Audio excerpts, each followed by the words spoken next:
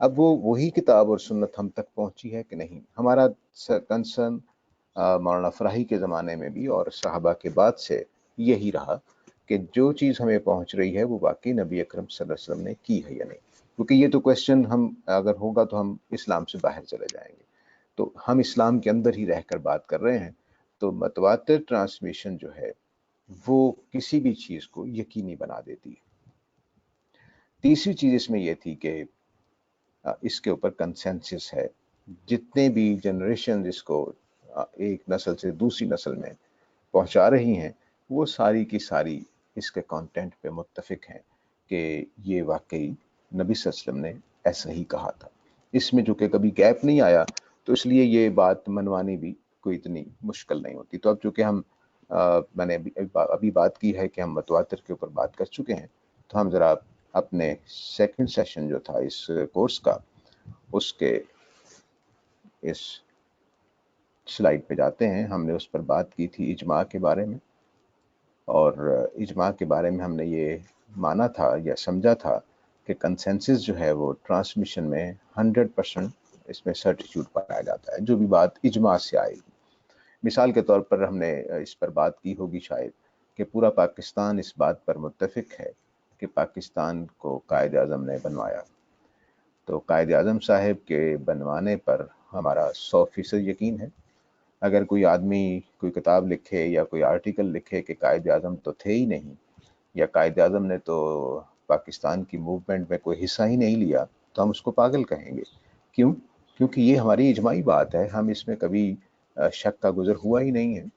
ہاں یہ پیچھے اور بحثیں ہو سکتی ہیں کہ وہ انگریزوں کا پلان تھا کہ نہیں تھا, وہ اس کے کچھ امکانات ہو سکتے ہیں, لیکن قائد اعظم ہی نہیں تھے یا قائد اعظم کا کوئی رول ہی نہیں ہے, یہ بالکل غلط بات ہوگی. تو ہمارا کنسنسس یہ ہے پاکستانیوں کا کہ قائد اعظم صاحب نے پاکستان بنوایا.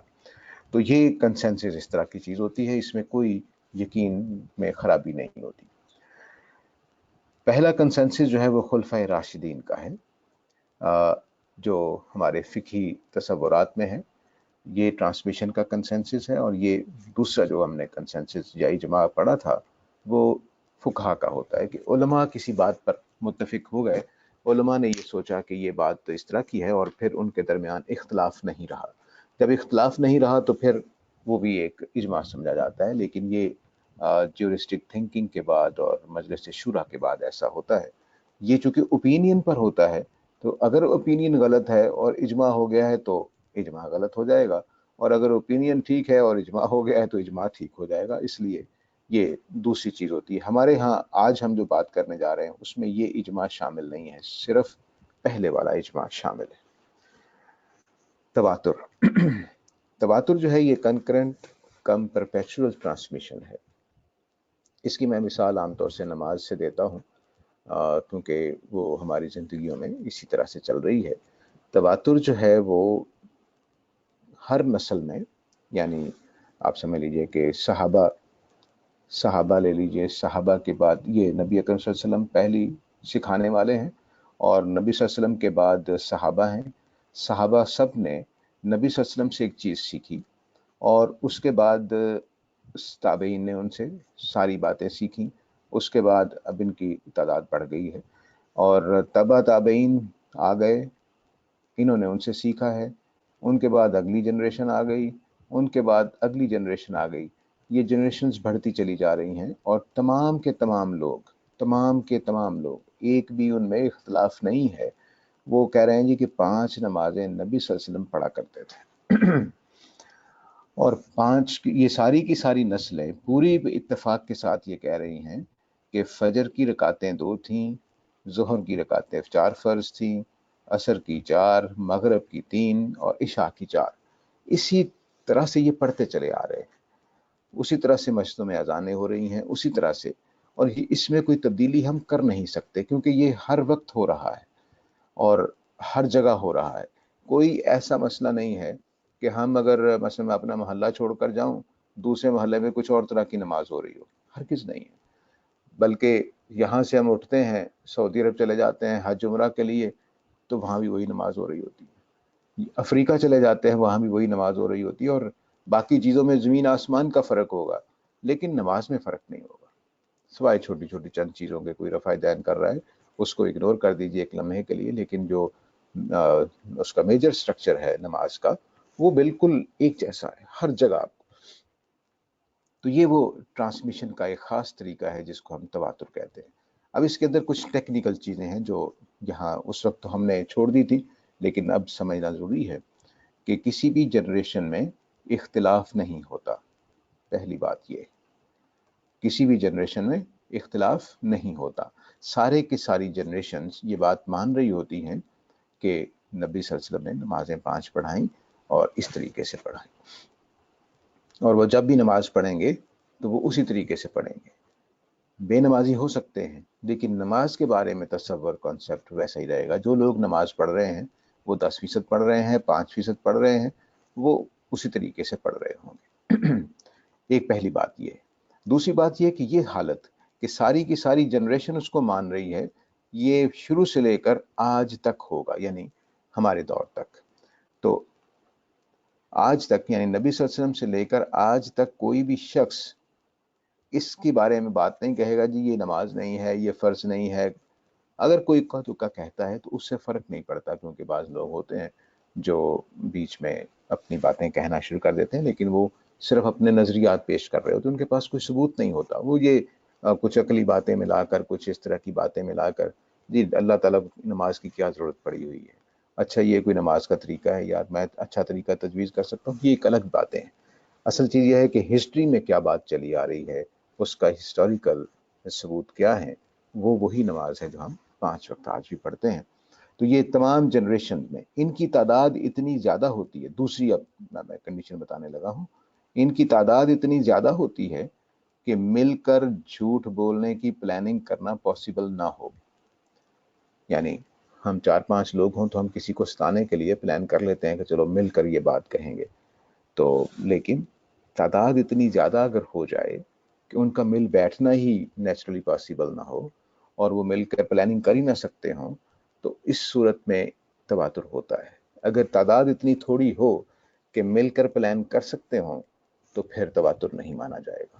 تو پورے صحابہ، تمام تابعین، پورے تابعین، پورے تبع تابعین، پورے پھر بعد کی جنریشن، اور آج بھی میں نے ابھی مثالیں دی کہ آپ افریقہ اڑ کر چلے جائیں، آپ انڈیا چلے جائیں، آپ پاکستان آ جائیں، آپ آسٹریلیا چلے جائیں، جہاں جہاں مسلمان گئے ہیں ان کی نمازیں بالکل ہمارے جیسی ہیں. تو یہ تعداد اتنی زیادہ کہ جھوٹ مل کر پلان نہ کر سکیں، جھوٹی بات کی پلاننگ کر کے اس کو پروموٹ نہ کر سکیں، اور اختلاف کہیں کسی جگہ پر موجود نہ ہو. اور تیسری چیز یہ ہے کہ مسلسل ہو. مسلسل ہونے کا مطلب ہے کہ ان میں کسی جنریشن میں گیپ نہ ہو. یعنی صحابہ کے بعد ایسا نہ ہو کہ تابعین نماز نہیں پڑھ رہے تھے اور پھر دوبارہ ری سٹارٹ کی گئی نماز. اب اس میں خرابی آنے کا امکان ہوتا ہے. تو جب اس میں کوئی گیپ نہیں ہے تو تب خرابی آنے کا امکان نہیں ہوتا. مثال کے طور پر ہم اپنی مسجدوں میں چونکہ مسلسل صدیوں سے نمازیں ہوتی آ رہی ہیں تو اپنی مسجدوں میں کوئی تبدیلی نماز میں نہیں کر سکتے. کرتے ہیں تو مصیبت پڑ جاتی.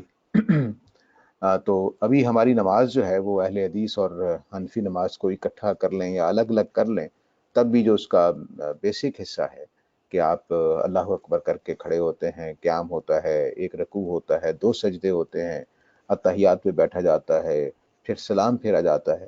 یہ تصور آپ پوری امت میں دیکھ لیں، آپ کو کہیں تبدیلی نظر نہیں آئے گی. ان فرقوں میں بھی جنہوں نے کچھ کلمات میں تبدیلی کی ہے، آگے پیچھے کیے ہیں، وہ بھی اس ڈھانچے کو نہیں توڑ سکے.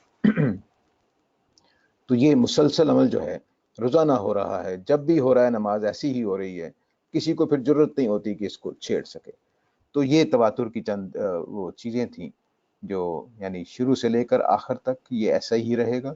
تعداد اتنی زیادہ ہو کہ مل کر جھوٹ نہ بول سکیں اور اختلاف کسی جگہ پر نظر نہ آئے. اتنا کہ آدھی امت کہہ رہی ہے ایسے ہے، آدھی امت کہہ رہی ہے ایسے نہیں.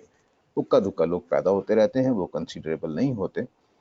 تو یہ تواتر ہے.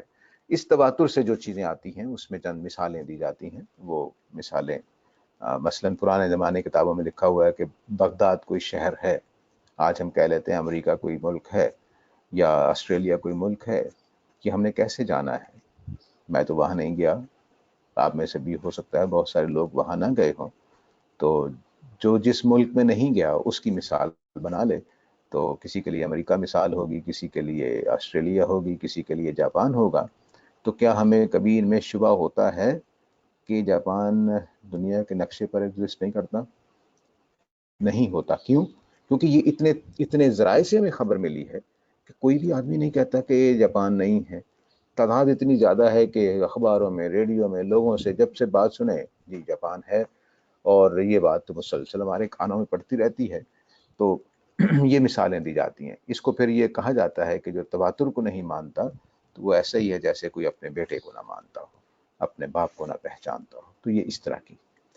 تو اب سنت متواترہ جو ہے وہ اس طریقے سے جتنی بھی چیزیں نبی صلی اللہ علیہ وسلم سے منسوب ہو کر عملی طور پر ہم تک پہنچی ہیں ان کو ہم سنت متواترہ کہتے ہیں. یہ ہمارے فکر فراہی کی ٹرم نہیں ہے، یہ شروع سے ہی امت کے اندر موجود ہے، تواتر بھی اور یہ سنہ المتواترہ بھی.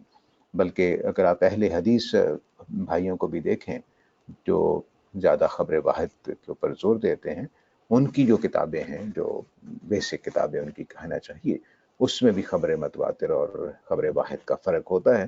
ایسا نہیں ہے کہ وہ بھی اس بات کو نہ مانتے ہوں، اگرچہ ان کے ہاں تواتر اور اس کی ڈیفینیشن چینج ہو گئی جو میں نے ابھی آپ کو سمجھائی ہے، وہ نہیں ہے. وہ 60-70 لوگوں کو بھی متواتر مان لیتے ہیں، 4-5 کو بھی مان لیتے ہیں. تو ایسا نہیں ہے.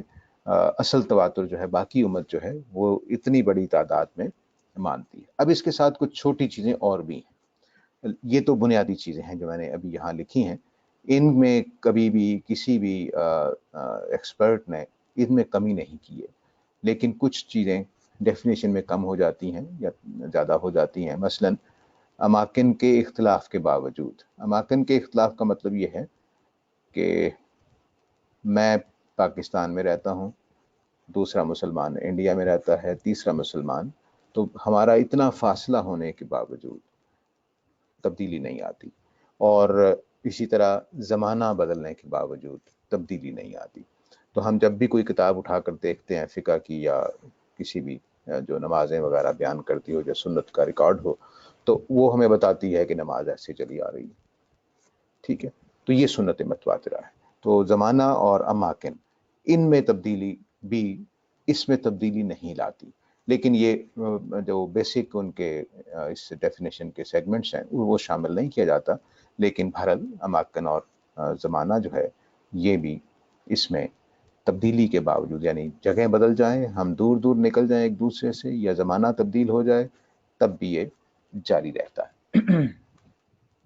ہماری امت کا اس بات پر اتفاق ہے، جتنے بھی مسالک ہیں شیعہ سنی گروپوں میں، وہ دونوں اس بات پر اتفاق کرتے ہیں کہ متواتر خبر یقین نہیں ہوتی. خبر واحد چونکہ آج ہمارا موضوع نہیں ہے، اس کو ہم بعد میں، یہ پرانی سلائیڈ ہے جو میں نے یہاں رکھی تھی. تو قرآن مجید جو ہے وہ اصل میں ہمیں اجماع کے ذریعے سے، جو پہلے والا اجماع ہے کہ سارے جتنے بھی لوگ ہیں اس کو ٹرانسمٹ کر رہے ہیں، وہ سارے کے سارے اس پر اجماع رکھتے ہیں، کیونکہ یہ کنکرنٹ اور پرپیچول ریسیٹیشن سے ہم تک پہنچا ہے اور اس کے اندر کوئی کنفلکٹ نہیں ہے. اس کے ماننے والوں کی تعداد اتنی زیادہ ہے کہ اس کے مل کر جھوٹ بولنے کا امکان نہیں ہے. اس میں تسلسل ہے، کسی کو اس پر اختلاف نہیں ہے. تو یہ قرآن ہے اور ایسا ہی سننا ہے. سننا بھی اس طریقے سے پہنچی ہے، بس یہ کہ وہاں نریشن ہے، یہاں پریکٹس، بس اتنا فرق ہے. قرآن میں ہم چونکہ تلاوت کرتے ہیں اور سنت میں ہم عمل کرتے ہیں. اس کے علاوہ یعنی یہاں میں نے ریسیٹیشن لکھا ہے، یہاں میں نے پریکٹس لکھا ہے، اس کے علاوہ دونوں میں کوئی فرق نہیں ہے. دونوں ایک ہی پائے کی ثابت شدہ چیزیں ہیں، قرآن بھی اور سنت بھی ایک ہی پائے پر، یعنی ایک ہی معیار پر ثابت شدہ ہیں. یہ بات جو ہے یہ پچھلی 4 صدیوں سے گم ہو چکی تھی. تو مولانا فراہی وغیرہ نے اور مولانا اصلاحی نے اور استاد گرامی نے اس کو دوبارہ زندہ کیا ہے. لیکن بہرحال یہ امت کے ہاں مانی ہوئی تھی. تواتر سارے کا سارا کنسیپٹ اور اجماع پورے کا پورا کنسیپٹ، پہلے والا پوائنٹ، یہ پوری امت کے ہاں مانا ہوا ہے. ایسا نہیں ہے کہ اب صرف یہ اس زمانے میں آ کر ہم یہ کہہ سکتے ہیں کچھ لوگ اس تصور سے واقف ہیں یا نہیں ہیں، یہ تو ہوگا مسئلہ. لیکن یہ نہیں ہے کہ وہ ہماری امت اس کو ہم نے کوئی نئی بات بیان کی ہے، نہیں، یہ پرانی باتیں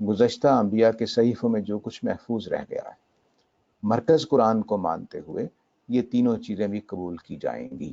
قرآن کو مرکز مانتے ہوئے، قرآن اگر حدیث کو اٹھا لیتا ہے، قرآن اگر کسی تاریخی واقعے کو مان لیتا ہے، قرآن اگر کسی کہہ لیجئے کہ گزشتہ جو انبیاء کے صحیفے ہیں ان میں لکھی ہوئی کسی بات کو مان لیتا ہے تو ہم اس کو مان لیں گے۔ اگر قرآن ان کو ریجیکٹ کر دیتا ہے، حدیث میں سے ہو، پرانی ہسٹری میں سے ہو یا پرانی کتابوں میں سے ہو، تو ہم اس کو نہیں مانیں گے۔ اب دیکھیے ان کا جملہ جو اہم ہے، جس کو میں نے کہا کہ یقین ان کا اصول ہے، تو اگر ان تینوں میں ظن اور شبہ کا دخل نہ ہوتا ان تینوں میں یعنی حدیثوں میں، تاریخ میں اور پرانے صحیفوں میں، اگر ان تینوں میں ظن اور شبہ کا دخل نہ ہوتا تو ہم ان کو فرع کا درجہ میں نہ رکھتے، بلکہ سب کی حیثیت اصل قرار پاتی۔ تو ان کے ہاں چونکہ اصول کیا ہے؟ یقین ہے، تو جو چیز یقین پر نہیں کھڑی ہے اس کو وہ لینے کو تیار نہیں ہے۔ کیوں؟ کیونکہ ہم نبی صلی اللہ علیہ وسلم کے نام ایسی بات لگا دیں جو ان کی بات نہ ہو، یا ہم دین میں ایسی بات ڈال دیں جس کا ثبوت ہی ہمارے پاس نہیں ہے۔ تو قرآن نے تو یہی کہا ہے کہ لا تقف ما لیس لک بہ علم، جو بات ثابت شدہ نہیں ہے تم اس کے پیچھے نہ پڑو۔ اسی طرح نبی صلی اللہ علیہ وسلم نے کہا کہ بھئی جس نے میرے نام جھوٹی حدیث لگا دی تو اس کا ٹھکانہ دوزخ ہے۔ تو اس لیے وہ اس میں بڑے محتاط ہیں کہ ایسا نہیں کہ وہ اٹھا کر ساری حدیثیں ایک طرف کر دیتے ہیں، ایسا بھی نہیں، اور ایسا بھی نہیں کہ وہ مان کر قرآن کے برابر درجہ دے دیں، وہ قرآن سے نیچے رکھ رہے ہیں کہ جس چیز کو قرآن مانتا جائے گا میں بھی مانتا جاؤں گا، اور جس چیز کو قرآن رد کر دے گا میرے اندر یہ جرت نہیں ہے کہ میں قرآن رد کر دے اور میں اس کو مان لوں۔ ایک اور قابل لحاظ حقیقت یہ ہے کہ قرآن سے جو کچھ ثابت ہو اس میں اور فروع میں سے جو کچھ معلوم ہو اس میں فرق کرنا چاہیے۔ اب یہ اسی بات کو جو ابھی میں نے سمجھائی ہے کہ قرآن مجید سے جو بات ثابت ہو جائے اور جو ان تینوں چیزوں سے ثابت ہو اس میں فرق ہونا چاہیے، دونوں کو خلط ملط نہیں کرنا چاہیے، کیونکہ قرآن میں جو کچھ ہے وہ قطعی ثابت ہے۔ پھر وہی یقین کی بات کہ قرآن میں جو کچھ ہے وہ قطعی ثابت ہے، اور فروع میں وہم اور ظن کے لیے بہت کچھ گنجائش ہے۔ تو اب وہ یہ نہیں کہہ رہے کہ ساری حدیثیں ظنی ہیں، ساری حدیثیں وہم ہیں، وہ یہ کہہ رہے ہیں کہ ان کے اندر اس بات کی جو کہ گنجائش ہے کہ یہ ہمارے پرانا جو ہمارا محدثین کا گروہ ہے وہ اس بات پر پوری طرح اتفاق رکھتا ہے کہ صحیح سے صحیح خبر واحد یعنی صحیح ترین خبر واحد بھی ظنی ہوتی ہے۔ تو اس لیے ظن جو ہے وہ کسی بھی خبر واحد سے نہیں نکلتا، سوائے اس کے کہ وہ تواتر کی شکل اختیار کر جائے۔ یہ میں نے بات پہلے کر دی کہ مولانا فراہی سے پہلے کوئی 1000 سال سے جو علماء کے لیے سینٹر تھا وہ فقہاء تھے، علماء تھے، حدیث تھی، امام تھے، یہ لوگ تھے جو سینٹرل پوزیشن رکھتے تھے۔ قرآن ان کی نگاہوں سے دیکھا جاتا تھا۔ ہمارے زمانے میں بھی ایسی چیزیں آپ کو ملیں گی کہ چونکہ امام ابو حنیفہ رحمۃ اللہ علیہ نے یہ کہا ہے اس لیے یہ ٹھیک ہے، اور چونکہ یہ امام شافعی رحمۃ اللہ علیہ نے یہ کہا ہے اس لیے یہ ٹھیک ہے۔ آج بھی ایسے ہی چلتا ہے کہ آدمی دلیل بن گیا ہوا ہے، جبکہ مولانا یہ کہتے ہیں کہ آدمی دلیل نہیں ہے بلکہ اللہ کی کتاب دلیل ہے۔ تو ان آدمیوں کو جو بڑے شان کے ہیں، بڑے اعلیٰ مقام کے ہیں، بڑے لائق لوگ تھے، لیکن ان کو ہم قرآن کی روشنی میں سمجھیں گے۔ اگر قرآن ان کو قبول کرتا ہے ان کی بات کو تو وہ ہماری بات ہے، اگر قرآن قبول نہیں کرتا تو ہم عزت احترام کے ساتھ قرآن کی طرف چلے جائیں گے، ان کی بات کو چھوڑ دیں گے۔ اب یہاں پر ایک بات، چونکہ ہم پاکستان ہندوستان کے رہنے والے ہیں تو اس لیے ایک بات ہمارے ذہنوں میں فوراً آتی ہے کہ سر سید احمد خان بھی تو قرآن کو سینٹرل پوزیشن دیتے ہیں، تو مولانا فراہی میں اور سر سید احمد خان میں پھر فرق کیا ہے؟ تھوڑا سا موازنہ کر لیتے ہیں۔ سر سید احمد خان یہ کہتے ہیں کہ سائنس میں اور قرآن میں اختلاف نہیں ہونا چاہیے۔ ان کے اپنے الفاظ ہیں کہ ورڈ آف گاڈ کو ترتیب بدلنی چاہیے، پہلے کہ خدا کے کلام کو خدا کے کاموں کے مطابق ہونا چاہیے۔ یہ بات الٹ لکھی گئی ہے۔ ویسے یہاں جو جملہ لکھا ہے وہ تو ٹھیک ہے، یعنی ان کے ہاں مرکزی حیثیت ورک آف گاڈ کو ہے۔ کائنات کے اندر جو چیزیں ثابت ہو رہی ہیں اس کو اصل اہمیت حاصل ہے، قرآن اس کے مطابق سمجھا جائے گا، قرآن کو اس کے مطابق انٹرپریٹ کیا جائے گا۔ اب دیکھیے ان کے اپنے الفاظ ہیں، موجودات عالم یعنی جو کچھ باہر موجود ہے، اور مصنوعات کائنات جو کچھ کائنات میں بنا ہوا ہے، کہ نسبت جو کچھ خدا نے قرآن مجید میں کہا ہے وہ سب ہوا یا بحثیت من الحیثیات مطابق واقعہ ہے، کہ قرآن مجید میں کائنات سے متعلق جتنی باتیں کہی ہیں وہ سب بالکل ٹھیک کائنات میں موجود چیزوں کے مطابق ہے۔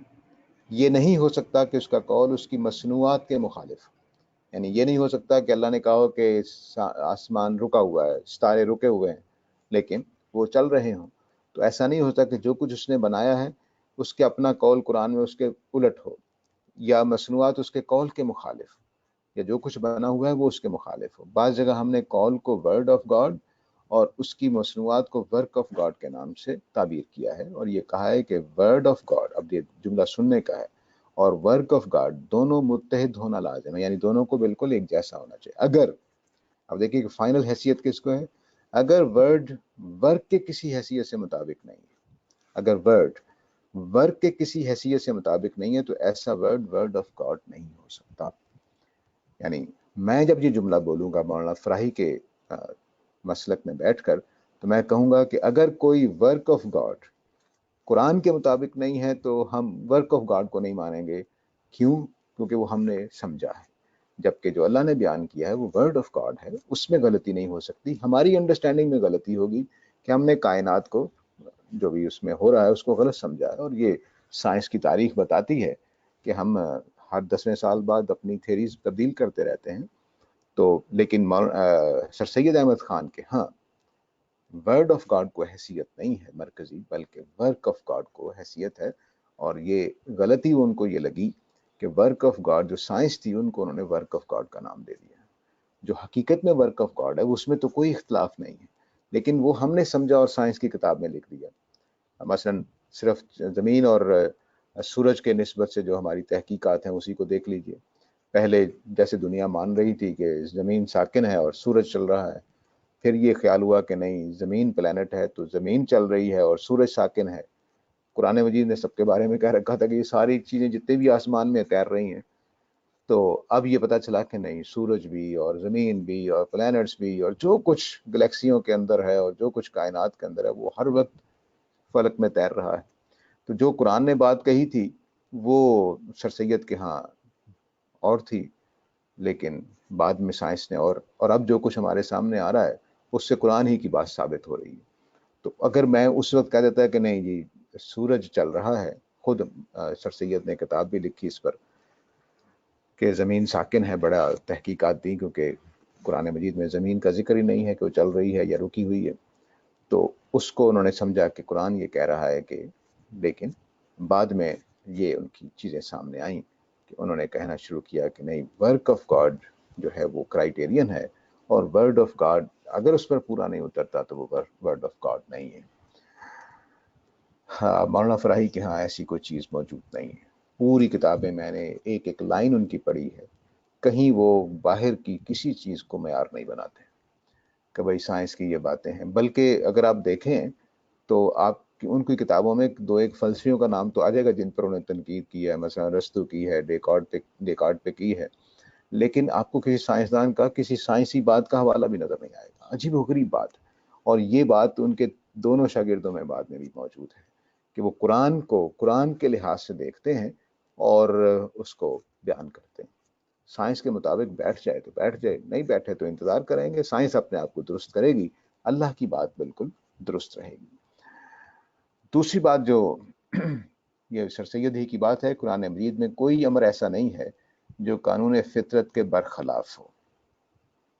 اب نیچر کا مطلب وہ نیچر نہیں ہے جو میری آپ کی ہے، کائنات کو وہ نیچر کہتے ہیں جس معنی میں سائنس میں بولا جاتا تھا کہ قدرت ایسا کر رہی ہے، قدرت میں یہ ہے، تو اس معنی میں نیچر ہے۔ بے شک ہمارے بعض اخوان یعنی بھائی کو اس پر غصہ آئے گا، اور قرآن مجید میں بعض امور کو معجزہ قرار دے کر ان کو مافوق الفطرت سپر نیچرل سمجھ کر پیش کریں گے، اور کہیں گے کہ قرآن مجید میں معجزات مافوق الفطرت موجود ہیں۔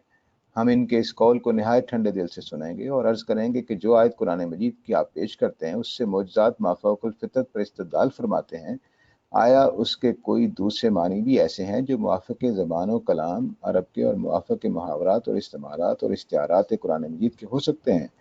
اگر نہیں ہو سکتے تو ہم قبول کریں گے کہ ہمارا یہ اصول غلط ہے، اور اگر یہ ہو سکتے ہیں تو ہم نہایت ادب سے عرض کریں گے کہ آپ اس بات کو ثابت نہیں کر سکے کہ قرآن مجید میں معجزات مافوق الفطرت موجود ہیں۔ نیچر فیصلہ کن ہے، اور نیچر کے مطابق اگر کوئی سپر نیچرل چیز ہے تو اس کو ہم انٹرپریٹیشن اس طرح سے کریں گے، عربوں کی زبان سے کچھ مدد لے کر، کچھ محاورات سے، کچھ استعمالات سے، کچھ اشتہارات سے، کہ وہ سپر نیچرل نہ رہے، نیچرل بن جائے۔ تو اگر کہتے ہیں کہ ہمیں لفظوں سے ایسی مدد نہ ملے تو پھر ہم مجبور ہوں گے آپ کی بات ماننے کو، ادروائز ہم مافوق الفطرت ثابت کریں گے، اور ان کی جو تفسیر ہے جتنی ہمارے پاس موجود ہے اس میں جتنے معجزات ہیں یا جتنے مافوق الفطرت کانسیپٹس ہیں، جیسے فرشتوں کا ہونا، جیسے جنوں کا ہونا، یا حضرت عیسیٰ کا بن باپ کے پیدا ہونا، یا اس طرح کی جتنی چیزیں ہیں اس کو انہوں نے رد کیا ہے۔ تو مولانا کے ہاں آپ کو تمام معجزات وہ مانتے ہیں، تمام مافوق الفطرت چیزوں کو مانتے ہیں، تو ان کے ہاں ایسی کوئی چیز نظر نہیں آئے گی۔ تو یہ قرآن سینٹرسزم نہیں تھا سر سید کے ہاں، بلکہ ان کے ہاں نیچر سینٹرلزم کی جگہ پہ آتی ہے، اور سائنس کو مرکزی حیثیت حاصل ہوتی ہے۔ اس لیے یہ بات کہنا کہ مولانا فراہی اور سر سید ایک ہی بات کہتے ہیں، ایسا نہیں ہے۔ تو سر سید کا نقطہ نظر کیا ہے کہ سائنس اور نیچر سینٹرزم کا نقطہ نظر ہے، اور ان کے ہاں قرآن اور سنت۔ تو یہ فرق ہے دونوں کے اندر، یعنی یہ باہر سے، سر سید باہر سے قرآن کو سمجھتے ہیں، اور مولانا فراہی قرآن سے باہر کو سمجھتے ہیں، اتنا فرق پڑ جاتا ہے۔ اب تھیوری آف انٹرپریٹیشن پہ جانے سے پہلے میرا خیال ہے کہ ہم بریک کر لیں، کیونکہ سوالات ہیں، یہ لمبی بات ہے۔ تو سوالات کے لیے اب میں حاضر ہوں۔ اب نیا ٹاپک شروع ہو رہا ہے تو اس سے پہلے دیکھ رہے تھے۔ سوال ہے محمد معتصم صاحب کا، آپ کا مائک اوپن ہے، آپ سوال کیجیے پلیز۔ السلام علیکم ورحمۃ اللہ وبرکاتہ۔ جی جی وعلیکم میرا السلام۔ سوال یہ تھا، جو آپ نے 4-5 تفسیر کی کتابیں بیچ میں ذکر کیا آپ نے، جو قرآن کے مطابق مطلب قرآن کے اوپر اصل ریسرچ جن کو کہا آپ نے، وہ ان کے اگر آپ نام بتا دیں۔ اور دوسری چیز یہ جو سر سید کا آپ نے ذکر کیا، جس کتاب میں انہوں نے زمین کا اسٹیٹک ہونا کو ثابت کیا ہے، اس کا بھی ذرا سا نام بتا دیں، جزاک اللہ خیر۔ جو کتابیں تفسیر کی ہیں اس میں سب سے پہلی تفسیر زمخشری کی ہے، جو بنیادی ہے، یعنی اوریجنل تفسیر جس کو کہنا چاہیے، اس کو کشاف کہتے ہیں، کشاف زمخشری کی تفسیر۔ دوسری تفسیر جو ہے وہ ابن جریر طبری کی ہے، جو آراء پر مبنی ہے، یعنی پرانے علماء کی انہوں نے آراء اکٹھی کی ہیں۔ وہ تفسیر سے زیادہ انسائیکلوپیڈیا ہے تفسیر کا، اپنے زمانے کے جتنے ان تک باتیں پہنچی ہوئی تھی وہ اس میں ہیں۔ یہ اس پہلو سے اوریجنل ہے کہ انہوں نے یہ ڈیٹا اکٹھا کیا، اور پھر اپنی رائے بھی وہ دیتے ہیں کہ میرے خیال میں کس رائے کو ترجیح ملنی چاہیے، کون سی غلط ہے، کون سی صحیح ہے۔ اس کے بعد اگر آپ جمپ لگائیں، بہت بڑا جمپ لگانا پڑے گا آپ کو، تو پھر آپ کو آ کر مولانا فراہی یا مولانا اصلاحی کی تفسیر ملے گی، جو پھر اوریجنل تفسیر ہے، یعنی اس میں آپ کو دوبارہ اثر نو الفاظ پہ براہ راست غور کرنے کا طریقہ آپ کو ملے گا۔ پھر چونکہ سر سید بھی ایک اوریجنل تفسیر کے طور پر ہے، لیکن اس کے بارے میں ہم جان چکے کہ ان کا اصول کیسا ہے، تو یہ بھی ایک اوریجنل تفسیر ہے۔ ان چاروں تفسیروں کے بعد اب چونکہ ایک راستہ کھل گیا، تو سائنس کی بنیاد پر بہت ساری تفسیریں لکھی گئی ہیں۔ اسی طرح مثلاً صفوۃ التفاسیر کے نام سے ایک تفسیر ہے، وہ بھی میں اوریجنل تفسیروں میں شامل کرتا ہوں۔ تو یہ 5-6 تفسیریں جو آپ کو ملیں گی۔ جو ان کی کتاب ہے زمین کے ساکن ہونے کی، اس کا ایگزیکٹ نام تو مجھے یاد نہیں ہے، لیکن عربی میں نام یاد تھا، رکھا گیا تھا کہ الدلائل فی سقوط الارض، کو اس طرح کا نام تھا۔ وہ میں انشاءاللہ آپ کو دیکھ کر اس کو بھیج دوں گا، کیونکہ آپ ڈھونڈتے رہیں اور وہ آپ کو ملے نا، تو ایگزیکٹ نام مجھے اس کا یاد نہیں ہے۔ وہ آپ کو بھیج دوں گا انشاءاللہ. آپ فرائی اسکول کے اس میں تو ہوں گے گروپ میں, وہ میں ان کا نام لکھ دوں گا کتاب کو. بہت شکریہ سائد صاحب. انوار حق صاحب کا سوال ہے, آپ کا مائک اوپن ہے, سوال کر لیجیے. جی السلام علیکم. جی وعلیکم السلام. میرا سوال اصل میں یہ ہے کہ ہاں واقعی فراہی مولانا فراہی کی جو جب انہوں نے یہ اپنا تصور پیش کیا ہوگا تو اس وقت کافی مخالفت کا ان کو سامنا کرنا پڑا, کیونکہ اس سے کئی سو سال پہلے تک ایک خاص سوچ بنی ہوئی تھی ہماری مسلم امت کی. تو ایک تو وہ کتنی اسٹرانگ تھی ان کی مخالفت, اور دوسرا یہ کہ مولانا فراہی کے بعد جو ہے صرف امین حسن اصلاحی ہی ہیں جو ہیں, اور ان بٹوین لوگ آئے ہیں ان کے اور ان کے درمیان جنہوں نے مولانا فراہی کو سمجھا ہے. جی مولانا اصلاحی پہ انشاءاللہ اگلی دفعہ بات ہو جائے گی, لیکن مولانا فراہی کے 2 بڑے شاگرد ہیں, اور بھی بہت سارے ہیں, لیکن جنہوں نے کوئی کام کیا ہے وہ ایک مولانا امین حسن اصلاحی ہیں, یہ ڈائریکٹ ان سے پڑھے ہیں, اور ایک اختر حسن اصلاحی ہیں. دونوں ہی لائق طالب علم تھے, لیکن افسوس کی بات ہے کہ اختر حسن اصلاحی صاحب کے چند مضامین سے سوا ہمارے پاس کچھ نہیں ہے. انہوں نے لکھنے کا کام زیادہ نہیں کیا, تدریس کا کام زیادہ کیا, پڑھاتے رہے مدرسہ میں. مولانا اصلاحی ہیں جنہوں نے پھر تفسیر لکھی ہے, اور جو بعد میں مقبول بھی ہوئی. تو اس لیے مولانا فراہی کے بعد جو نمایاں نام رہے گا کام کرنے کی وجہ سے مولانا اصلاحی کا ہے, لیکن ان کے تلامذہ لائق لوگ موجود تھے, لیکن ان کا کام ہمارے پاس نہیں. اس کے بعد پھر ڈائریکٹ غامدی صاحب نے مولانا اصلاحی سے پڑھا ہے, تو چین اس طرح سے بن رہی ہے. تو باقی رہ گئی مخالفت تو ظاہر ہے جی بہت ہوتی ہے. اشرف علی تھانوی صاحب جیسے آدمی نے ان کے اوپر کفر کا فتویٰ لگا دیا تھا, تو مولانا کو جب بتایا گیا کہ مولانا اشرف علی تھانوی صاحب نے آپ پر کفر کا فتویٰ لگایا, تو انہوں نے کہا وہ تو مجھے جانتے ہی نہیں ہے, تو فتویٰ کیسے لگا دیا. تو جب ان کو یہ بات پہنچی مولانا اشرف علی تھانوی صاحب کو, تو انہوں نے کہا کہ بھئی مجھے تو یہ بات بتائی گئی تھی, میں نے تو اس بات پر فتویٰ دیا ہے, میں تو جانتا ہی نہیں ان کو. تو اس طرح سے یہ ہوتا ہے کہ لوگ جو ہیں وہ باتیں اس طرح کی کرتے ہی رہتے ہیں. ظاہر ہے کہ مسائل تو ہوتے ہیں ایسے لوگوں کے لیے, لیکن چونکہ نئی باتیں جو ہوتی ہیں وہ بعض اوقات اصل میں پرانی باتیں ہوتی ہیں, ان کو زندہ کرنا مشکل ہو جاتا ہے. صحیح بات ہے جی. تو میری بات مکمل ہوگی, جو اگر کوئی پہلو رہ گیا ہو تو پوچھ لیجیے. نہیں بالکل کلیئر ہو گیا. بہت شکریہ سائد صاحب. لکھا ہوا سوال ہے رجاء اللہ قریشی صاحب کا, میں پڑھ دیتا ہوں آپ کو. جی وہ فرماتے ہیں کہ you have given reference to some books on سنت متواترہ. They are not easily available, at least in English, particularly in West. Can you please provide a comprehensive list of topics, subtopics of Sunnat Mutawatira? اور ساتھ کو لکھتے ہیں کہ can you provide the table of contents of well-recognized books on Sunnat Mutawatira? سچی بات تو یہ ہے کہ میں نے جو کتابوں کے حوالے دیے تھے وہ فقہ کی کتابیں تھیں. اس میں سنت اس طرح سے بیان ہو جاتی ہے, جو میں نے بات اس وقت کی عرض کی تھی کہ وہ لکھیں گے کہ اتفق المسلمون, اس پر سارے مسلمانوں کا اتفاق ہے. جس چیز پر سارے مسلمانوں کا اتفاق ہے وہ سنت متواترہ ہے. تو وہ بالکل اور چیز ہے. وہ جو جتنی کتابوں کے میں نے حوالے دیے تھے وہ اس طرح سے سنت پر بطور سنت کوئی کتاب لسٹ بنانے والی نہیں لکھی گئی ہے. ایک لسٹ آپ کو ملے گی ان کتابوں میں اس طرح سے کہ اتفق المسلمون, تمام مسلمان اس بات پر اتفاق رکھتے ہیں. ایک لسٹ آپ کو ملے گی شاہ ولی اللہ صاحب کے ہاں حجت اللہ البالغہ میں, اور وہ بھی بس مختصر سی ہے, انہوں نے چند موٹی موٹی چیزوں کا اشارہ کیا ہے. اس کے بعد آپ کو لسٹ ملے گی غامدی صاحب کی کتاب میزان میں. اب اس کے علاوہ سنت کے اوپر بحثیں تو موجود ہیں کہ سنت کس کو کہتے ہیں, اس پر بہت ساری کتابیں ہیں, لیکن کوئی بھی ان کو لسٹ نہیں کرتا. تو اب میں اس وقت اپنے جو تعلیمی ہمارے کورسز ہیں اس کے لیے 5ویں کی کتاب میں لکھ رہا تھا 5th گریڈ کے لیے. تو اس میں جب سنت کا چیپٹر آ گیا تو مجھے محسوس ہوا کہ وہ ہم نے سنت کو الگ اس طرح سے نہیں کیا ہوا کہ ایک ایک چیز اس کی. تو وہ میں اس وقت لکھ رہا ہوں, ابھی 5-6 سنتوں پہ کام ہو گیا ہے. تو جیسے ہی مکمل ہو جائے گا تو پھر انشاءاللہ وہ ایک اس میں حوالے دے رہا ہوں میں دوسرے پرانے علماء کے بھی, استاد کے بھی, تاکہ وہ پوری طرح سے ایک علمی چیز بن جائے. تو چونکہ وہ تھوڑا تھوڑا کروں گا جیسے جیسے ہماری ٹیکسٹ بک کی ضرورت ہے, تو میرا فوکس ٹیکسٹ بکس پہ ہے.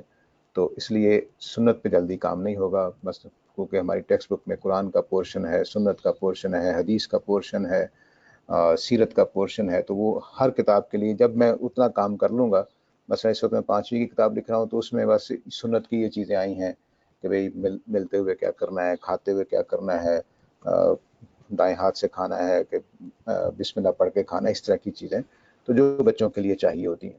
تو اس طرح سے وہ کتاب بن رہی ہے. تو یہ ساتھ ساتھ کام چلے گا. میں سنت پہ کام نہیں کر رہا ہوں، ٹیکسٹ بکس پہ کر رہا ہوں.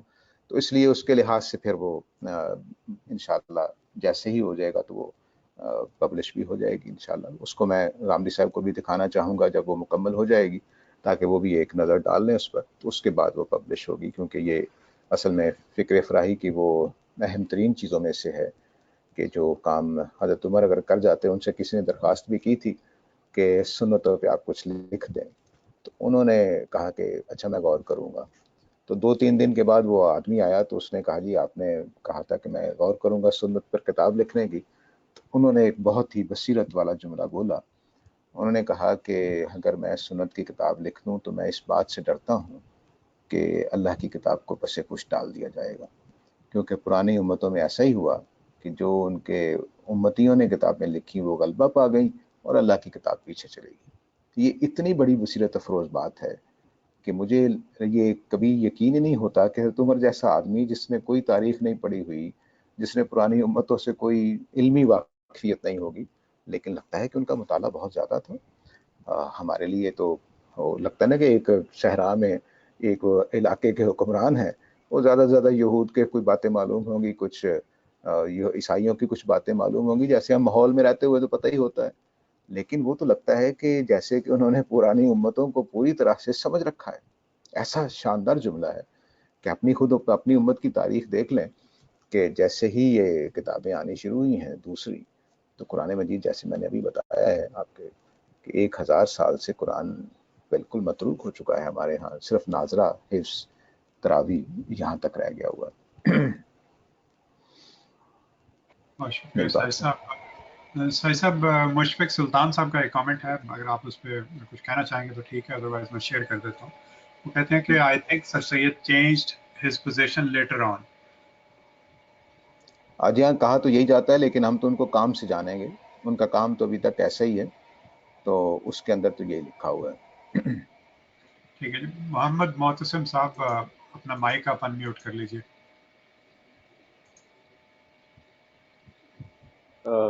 سر صاحب میرا ایک سوال یہ تھا کہ جس طریقے سے آپ نے بتایا کہ اجماع پہ مطلب اجماع کے لفظ پہ اور سنت متواترہ کے لفظ پہ جو ہمارے پاس سنت آئی ہے وہ اجماع سے آئی ہے، تو اس پہ سب کا اتفاق ہے فقہا کے یہاں اور اصول الفقہ کی جو کتابیں لکھی گئی ہیں. تو امام شافعی جو اپنی کتاب لکھتے ہیں تو ان کا اتنا اطمینان مطلب اخبار احاد پہ یقینی لیول پہ وہ کیسے پہنچ جاتے ہیں، اور متواتر اور اجماع کو وہ مطلب اس اخبار احاد کو بھی وہ متواتر اور اجماع تک لے آتے ہیں اس بات کو. تو وہ اخبار احاد پہ اتنا یقین ضنی چیز پہ اس یقین کے حد تک کیسے پہنچ جاتے ہیں، جبکہ جب آپ دوسرے جو فقہا ہیں ان کے حساب سے یہ چیز جو ہے یقینی نہیں تھی بلکہ ضنی اعتبار سے پہنچی. جی میرے مطالعے کی حد تک امام شافعی بھی اس کو یقینی نہیں مانتے، بلکہ انہوں نے اپنی جو رسالہ کتاب ہے اس میں جو چیپٹر ہے ان کا علم کے نام سے، اس کو آپ دیکھیں تو وہ شروع یہاں سے ہوتا ہے. العلم و علمان، علم دو ہیں، ایک وہ علم ہے جس کو ہم نے تواتر کہا ہے، اور دوسرا وہ جو ضمنی طریقے سے آیا ہے. تو وہ یہ کہتے ہیں کہ یہ علم جو ضمنی طریقے سے آیا ہے یہ بھی ہم مانیں گے، لیکن اس کا ماننے کا لیول وہ نہیں ہوگا جو پہلے درجے کا ہے. یہ وہ فرق کرتے ہیں. ہوا کیا؟ ہوا یہ کہ امام شافعی صاحب کو تواتر سمجھ آ رہا ہے، وہ بہت بڑے آدمی ہیں، اور ان کی اس وقت اگر ہم کہیں کہ حدیث کے معاملے میں ہم پوری کی پوری امت امام شافعی کے مسلک پر ہیں تو یہ غلط بات نہیں ہوگی. تو امام شافعی نے جب رسالہ کتاب لکھی ہے تو یہ سارے لوگوں کو بہا کر لے گئی، اتنی زبردست کتاب ہے. لیکن وہ کرتے کیا ہیں؟ وہ یہ کہتے ہیں مجھے یہ بتاؤ کہ اس کا کیا ثبوت ہے تمہارے پاس، تواتر کا ثبوت کیا ہے؟ یہ مشکل ہے ان کے ہاں. تواتر کو وہ ثبوت کے طور پر پیش نہیں کرتے بلکہ ثبوت کے طور پر وہ اس چین کو پیش کرتے ہیں جی کہ میں نے اپنے والد سے سنا، انہوں نے اپنے والد سے سنا، انہوں نے اپنے چچا سے سنا، انہوں نے خالد سے سنا، انہوں نے عابد سے سنا، اور انہوں نے نبی صلی اللہ علیہ وسلم سے سنا۔ وہ کہتے ہیں کہ یہ تو ثبوت ہے میرے پاس کہ بھئی یہاں سے یہ بات چلی اور یہاں تک پہنچی ہے، تواتر کا کیا ثبوت ہے؟ اور ہمارے زمانے میں بھی چند ایسے لوگ موجود ہیں جو تواتر کو ثبوت نہیں مانتے۔ ثبوت کیا ہوتا ہے کہ کتاب میں لکھا ہوا ہو، کسی نے حوالہ دیا ہوا ہو، کیونکہ ہمارا جو ویسٹرن اپروچ ہے وہ بھی یہی ہے کہ آپ غلیظ سے غلیظ چیز منوا لیں، لیکن آپ نے کسی پرانی کتاب میں سے حوالہ دے دیا تو مان لی جائے گی۔ تواتر سر پھوڑتا رہے، ویسٹ نہیں مانے گا۔ تو یہ ان کے ہاں بھی یہ مسئلہ تھا کہ وہ کہتے تھے کہ بھئی تواتر کا ثبوت کیا ہے؟ تواتر کا ثبوت یہی روایتوں سے ملتا ہے، یہی خبریں بتاتی ہیں۔ چنانچہ ان کے ماننے والے بعد میں پھر وہ یہ ہماری اس بات کو ابھی بھی بعض اہل حدیث یا امام شافعی کے ماننے والے یہ کہتے ہیں کہ بھئی تمہارا تواتر تو حدیث سے ہی ثابت ہوگا نا، اور کہاں سے ثابت ہوگا؟ ہم کہتے ہیں نہیں، حدیث سے ثابت نہیں ہوگا، وہ امت کے پرپیچول پریکٹس سے ثابت ہوتا ہے۔ وہ باہر پڑا ہوا ہے، جیسے سورج باہر پڑا ہوا ہے، سورج کے لیے کسی جگہ پہ نہ لکھا ہو کہ سورج کوئی چیز ہے تب بھی ہم مانیں گے۔ ایسے ہی نماز ہماری سوسائٹی میں پڑی ہوئی ہے، جس طرح سورج چاند ستارے آسمان پہ ہیں۔ یہ فرق ہے جس کو امام شافعی نہیں مانتے۔ تو وہ یہ کہتے ہیں کہ بھئی ثبوت کیا ہے؟ ثبوت تو چین سے بنتا ہے کہ فلاں نے اس کو سنا، فلاں نے ان سے سنا، فلاں نے ان سے سنا، تو اس کے بعد پھر ہمیں پتہ چلتا ہے کہ یہ واقعی نبی صلی اللہ علیہ وسلم سے نسبت ہے۔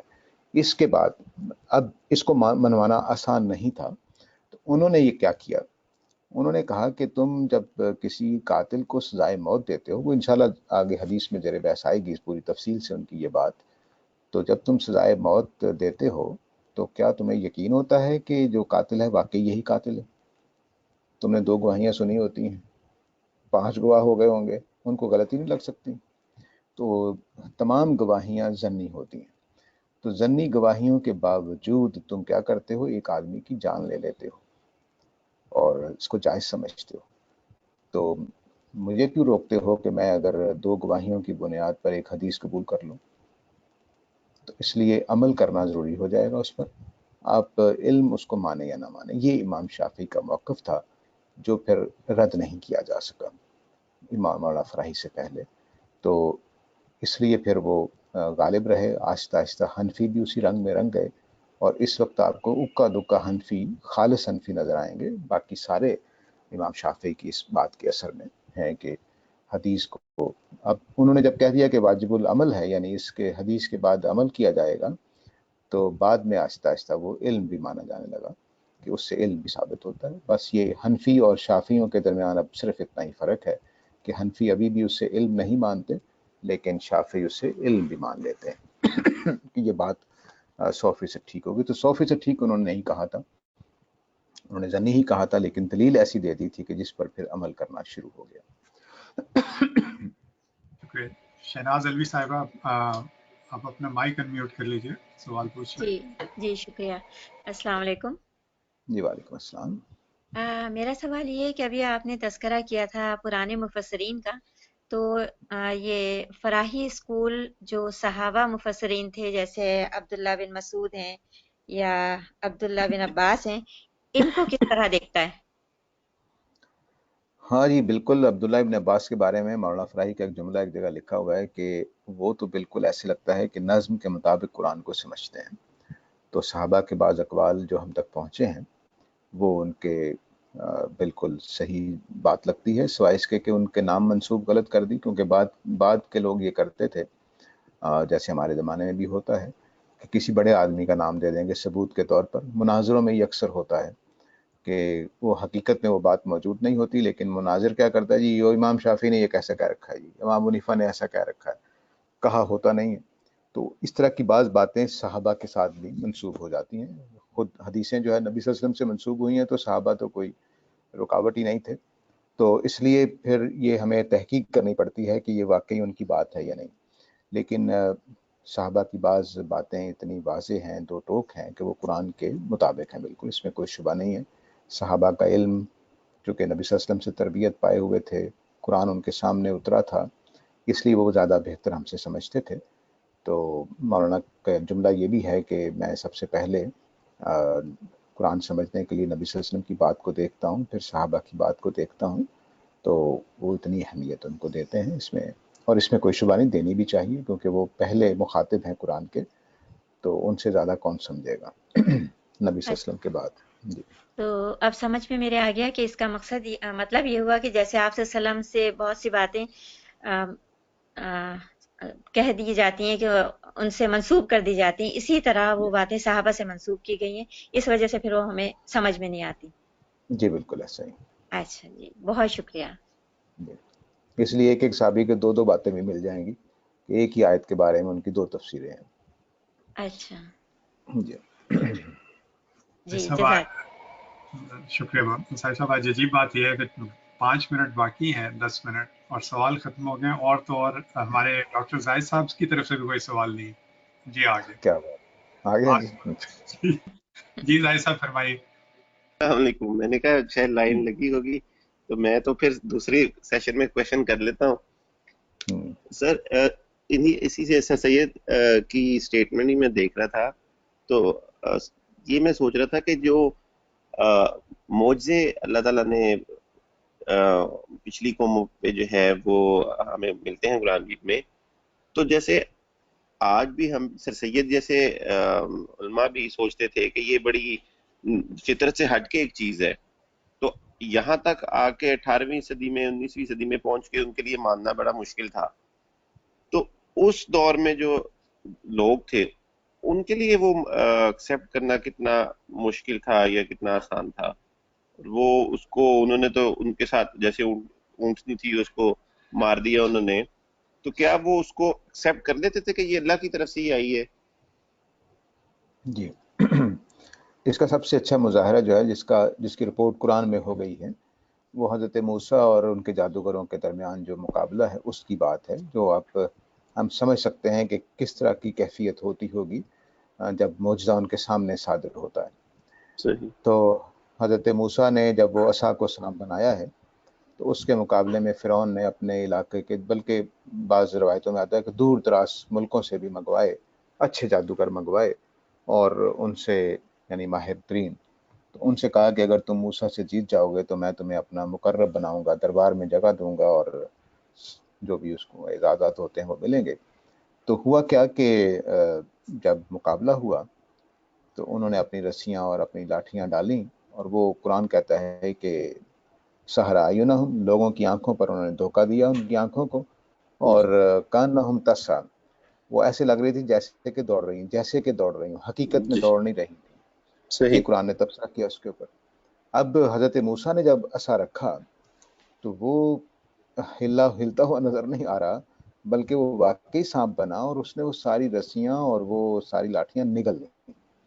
سانپ ان چیزوں کو کھاتا نہیں ہے، لیکن چونکہ یہ معجزاتی سانپ تھا تو وہ سارا کچھ کھا گیا. جب وہ کھا گیا تو اب یہ جادوگروں کے لیے حیرت انگیز بات تھی کہ ایک واقعی عصا جو موسیٰ نے پکڑا ہوا تھا علیہ السلام ابھی، وہ سانپ بن کر کھا گیا. وہ تو حقیقی تبدیلی کرتے نہیں تھے جادوگر جو تھے، وہ تو بس دھوکہ دیتے تھے آنکھوں کو، جیسے ہاتھوں کی کھیل دکھایا اور آپ کو دھوکہ دے دی. تو جب انہوں نے دیکھا کہ نہیں یہ سانپ حقیقی طور پر تبدیل ہو گیا ہے، تو وہ جادوگر جو گھٹیا ترین زندگی گزار رہے ہوتے ہیں، جن کا کوئی دین ایمان نہیں ہوتا، انہوں نے کہا کہ نہیں یہ تو جادو نہیں ہے، یہ جادو نہیں ہو سکتا. تو وہ اتنے پکے مسلمان ہو گئے کہ فرعون نے کہا کہ میں تمہیں سلیب دے دوں گا، یہ کر دوں گا، انہوں نے کہا جو مرضی کرو، ہمیں پتہ ہے کہ یہ سچائی ہے، یہ جادو نہیں ہو سکتا. تو یہ معجزہ اس وقت جو جن کے سامنے ہوتا ہے وہ مانے بغیر چارہ نہیں ہوتا، بلکہ وہ ششتر رہ جاتے ہیں. حقیقت میں یہی ہوتا ہے. اب ایک مردہ پڑا ہوا ہے، اس کو ایک نبی ہاتھ پھیرے اور کہے کم باذن اللہ، اٹھ جاؤ، تو یہ حیرت انگیز بات ہوگی کہ اٹھ جائے.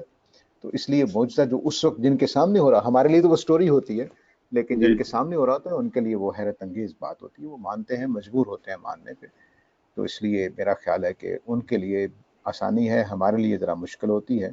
لیکن ہم جو چیزیں قرآن مجید میں آ جائیں معجزے کے طور پر، ان کو ہم مانیں گے. اس میں کوئی عقلی مشکل نہیں ہے. خدا نے جب اتنی بڑی کائنات بنائی ہے اور ہمیں ہمارے بارے میں کہتا ہے کہ میں نے پانی کے حقیر قطرے سے تمہیں بناتا ہوں، تو حقیر قطرے، اس قطرے کی حالت دیکھ لیجئے، اس کے بعد انسان کا بننا دیکھ لیجئے، کیا یہ معجزہ نہیں ہے؟ تو ہم تو زندگی میں روزانہ معجزات دیکھتے ہیں، لیکن وہ چونکہ ہماری روٹین کی زندگی ہے تو اس لیے ہم سمجھتے ہیں کہ ایسا ہی ہوتا ہے، لیکن یہ بڑا معجزہ بالکل ہے۔ ایسے ہی ہے۔ میں کیونکہ بایولوجی پہ کام کرتا ہوں اور وائرسز پہ اور ان کا انسانی سیل میں کیسے وہ آتے ہیں، تو میں جتنا میں پڑھتا ہوں تو میں ششدر رہ جاتا ہوں کہ اتنا پیچیدہ سسٹم کیسے بنا سکتا ہے کوئی، کہ سیل اور پھر اس کے اندر اور پھر اس کے اندر۔ تو سر کیا سر سید نے کوئی ایسے سائنس جو سائنس نے جس کو اس وقت کہہ دیا لیکن وہ قرآن مجید میں تھا، وہ اگزامپل بھی کچھ کوٹ کی تھی کہ یہ وہ موافق نہیں ہو رہی دونوں چیزیں؟ جو انہوں نے مثلا قرآن سے یہ آیت لی کہ قرآن کہتا ہے کہ لا تبدیل لسنت اللہ، اللہ کے سنت میں تبدیلی نہیں ہو سکتی، اللہ کے طریقے میں۔ پھر اس کا مطلب لیا کہ جس طرح سے اللہ تعالیٰ دنیا چلا رہے ہیں، تو سنت یہ ہے مثال کے طور پر کہ ماں باپ کے سے بچے پیدا ہوتے ہیں، تو اب اللہ تعالیٰ اس سنت کی خلاف ورزی نہیں کریں گے، چنانچہ حضرت عیسیٰ جو ہیں وہ بن باپ کے پیدا نہیں ہو سکتے، تو یہ اس سنت کے خلاف ہو جائے گا۔ تو یہ ہے ان کا پورا استدلال۔ اور ابھی جو مشفق سلطان صاحب نے کہا تو وہ اصل میں انہوں نے توبہ طائب تو کر لی تھی، لیکن ان کی تفسیر جو ہمارے پاس موجود ہے اس کے اثرات ہیں، تو ان اثرات کو ہم دیکھیں گے، نہ کہ ان کی توبہ جو بھی ہے وہ تو ایک الگ چیز ہے۔ ان کی تو کافی بنیادی چیزوں سے ہی انہوں نے اختلاف کیا تھا۔ جی ہاں بالکل۔ Thank you sir. جی اللہ خیر۔ سائی صاحب آخری سوال اختر حسین صاحب سے لے لیں گے۔ اختر صاحب اپنا مائک ان میوٹ کر لیں۔ محمد اختر حسین صاحب۔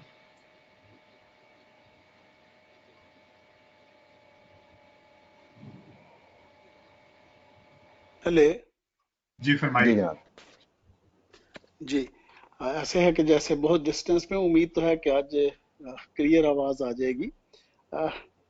اس سائی صاحب اس وقت بھی دنیا میں وہ یہ رہا ہے کہ لوگ جبکہ سائنٹیفکلی چیزیں اتنی ڈیولپ ہو گئی ہیں، میں آج ہی کوئی دیکھ رہا تھا ایک کلپ جس میں ایک شیعہ کہہ لیں وہ ذاکر یہ باقاعدہ لوگوں کے سامنے دعویٰ کر رہے تھے کہ جی نیپال کے کسی علاقے میں کرسچینز ہیں، وہ بچے ہیں ماتم کرتے ہیں، اور ماتم کیا کرتے ہیں کہ اپنے آپ کو چھری چاقو مار دیتے ہیں، اور شام کو وہ جو ہے زندہ ہو کے گھر آ جاتے ہیں، اور ان سے جب یہ ایکسپیرینس پوچھا جاتا ہے کہ بھائی تم تو مر گئے تھے زندہ کیسے ہوئے، تو وہ کہتے ہیں کسی نے ہمیں پاؤں کی ٹھوکر لگائی، کہا بھائی اٹھو جاؤ گھر جاؤ، تو ہم زندہ ہو گئے۔ تو جب ہم نے ان سے پوچھا کہ تم کون ہو، تو انہوں نے کہا میں عباس ہوں۔ اب اس موجودہ زمانے میں بھی جب اتنے بڑے جھوٹ جو ہے اتنے اوپنلی، اور پھر وہ ساتھ چیلنج بھی کر رہے ہیں، تمہیں یقین نہیں آ رہا تو نیپال جا کے دیکھ لو۔ تو پاسٹ میں جس وقت کے چیزیں ممکن ہی نہیں تھی، اس وقت یہ جتنی بھی خبریں واحد یا جو چیزیں اتنی منسوب کسی کے نام، عبداللہ بن مسعود کے نام ہوں، صحابہ کے نام ہوں، دوسرے صحابہ کے، نبی پاک صلی اللہ علیہ وسلم کے ساتھ منسوب ہوں، وہ آج ہم کیوں نہیں سمجھ پاتے کہ جی یہ اٹ واز کوائٹ پاسبل، جب قرآن اس کی تصدیق نہیں کر رہا تو ہمیں اسے جھوٹ ہی ماننا ہے۔ جی اصل میں چونکہ میرے آپ کی بات تو آسانی سے ہم یہ کہہ لیتے ہیں کیونکہ بیچ میں نبی اکرم صلی اللہ علیہ وسلم کا نام آ جاتا ہے، تو اس لیے لوگ اس میں ڈرتے بھی ہیں، گھبراتے بھی ہیں، اور ایمان کے ضائع ہونے کا ڈر بھی چونکہ شامل ہوتا ہے، تو اس لیے پھر وہ بہت محتاط ہو جاتے ہیں۔ وگرنہ بات آپ کی اصولی طور پر ٹھیک ہے، اس میں کوئی شبہ نہیں ہے، لیکن مثال کے طور پر میں ایک حدیث دیکھوں اور مجھے قرآن کے خلاف لگ رہی ہو، تو کیا میں سمجھ لوں کہ میرا فہم اتنا اچھا ہو گیا کہ میں اس کو نہ مانوں؟ تو اس لیے یہ ڈر ایک ہوتا ہے کہ ہم کہیں رسول کی بات کا انکار نہ کر دیں، لیکن یہ امت کے اندر بات مانی ہوئی ہے اور سارے اس کو تسلیم کرتے ہیں کہ جب کوئی آدمی دلیل کی بنیاد پر یہ کہتا ہے کہ یہ قرآن کے خلاف ہے اور اس لیے اس کو نہیں مانتا، تو عند اللہ بھی اور عند الناس بھی اس کو کافر نہیں سمجھا جائے گا، جبکہ جو سنت متواترہ ہے اس کا انکار کرنا اور قرآن کا انکار کرنا اس کو کافر سمجھا جاتا ہے۔ تو یہ فرق ہے، لیکن اصولی طور پر آپ کی بات بالکل درست ہے، ایسا ہی ہے۔ شکریہ، جزاک اللہ۔ بہت شکریہ سائی صاحب، انشاءاللہ اگلی جمعرات کو ملاقات ہوگی، اور اگر آپ کا سوال رہ گیا ہو تو پلیز ہمارا گروپ ہے اس میں پوسٹ کر دیں، کیونکہ ہم پھر ایک پروگرام انشاءاللہ کریں گے، ایک سیشن رکھیں گے جس میں صرف جو سوال رہ گئے ہیں وہ لے لیں گے۔ بہت بہت شکریہ، السلام علیکم۔ وعلیکم السلام ورحمۃ اللہ۔